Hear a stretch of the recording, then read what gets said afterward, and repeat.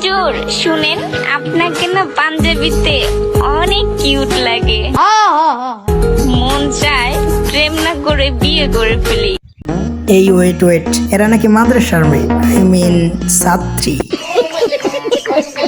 লাইফে হ্যাপি থাকতে চাও তাহলে মাদ্রাসার মেয়েদের সব ঠিক আছে, বাট তুই বোন এরকম কেন করস? আসলে ভাই টিকটকার দুইটা নাম, প্রথমত আর দ্বিতীয়ত। তো ভাই সত্যি কথা বলতে গেলে আমি হতাশ, এদের কর্মকাণ্ড দেখে আমি আসলেই হতাশ। তো চলো বেশি কথা না বাড়িয়ে আর করে দেরি, ডিরেক্ট ভিডিও শুরু করি।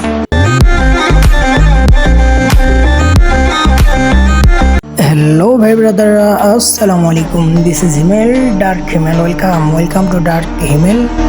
তো সবাই কেমন আছো? আশা করি সবাই ভালো আছো বলেই তো রোস্ট ভিডিও দেখতে আসছো। যেহেতু রোস্ট ভিডিও দেখতে আসছো, নো পিন নো প্যারা, রোস্ট হবে পুরা আধুরা। তো যারা ভিডিওটা দেখতেছো তাদের ফোনে হেডফোন লাগে না, নাহলে ফোন আসতে কমায় না, কারণ এই ভিডিওতে অবাধ্য ভাষায় অনেক গালিগালাজ হইতে পারে, তো এই জন্যই সেফটি ফার্স্ট।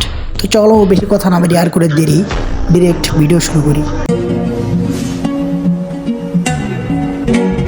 আয় হাই হুজুর, আমাদেরকে কি দেখাইতেছে? ওরে হই আমরা ওই রকমের করব। চুপ কেন করবো আপু? হুজুরটি সে আরবি পড়ানো বাদ দিয়ে রসায়ন ক্লাস করতে ব্যস্ত, তাও আবার ছাত্রদের সামনে। একে তো ওরা হুজুর নেই, তার উপর আবার ছাত্রদের সামনে।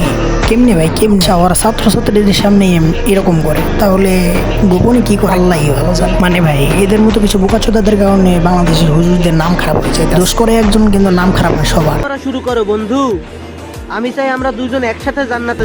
বাহ চৌধুরী ভাই, তুমি তো চালায় জান্নাতে যাইবা, বাহ বাহ। কিন্তু এগুলা কি?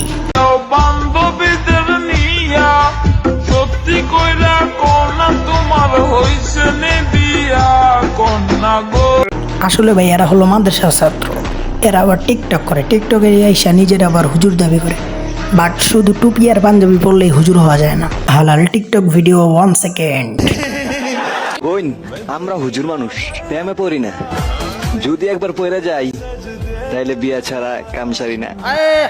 ভাই ওরে আর কি বলবো, মানে ওর মুভমেন্ট একবার দেখেন, ওরে দেখে মনে হইতেছে কোনো কুত্তা কোনো কুত্তিরে দেখে চেপে নেওয়ার জন্য উল্টা পাল্টা অঙ্গভঙ্গি করতেছে। একে শাড়িতে নয় হেজাবে ভালো মানায়।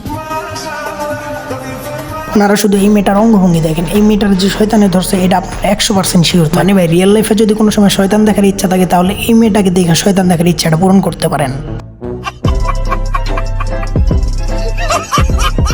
ওই টিকটকের কিউট হুজুরানিরা পড়াশোনা করতে আর ভালো লাগে না, কি করব? ভালো একটা উপদেশ দিয়ে। কেন রে ভাই, টিকটকের হুজুরানিরা কি তোর আম্মা লাগে?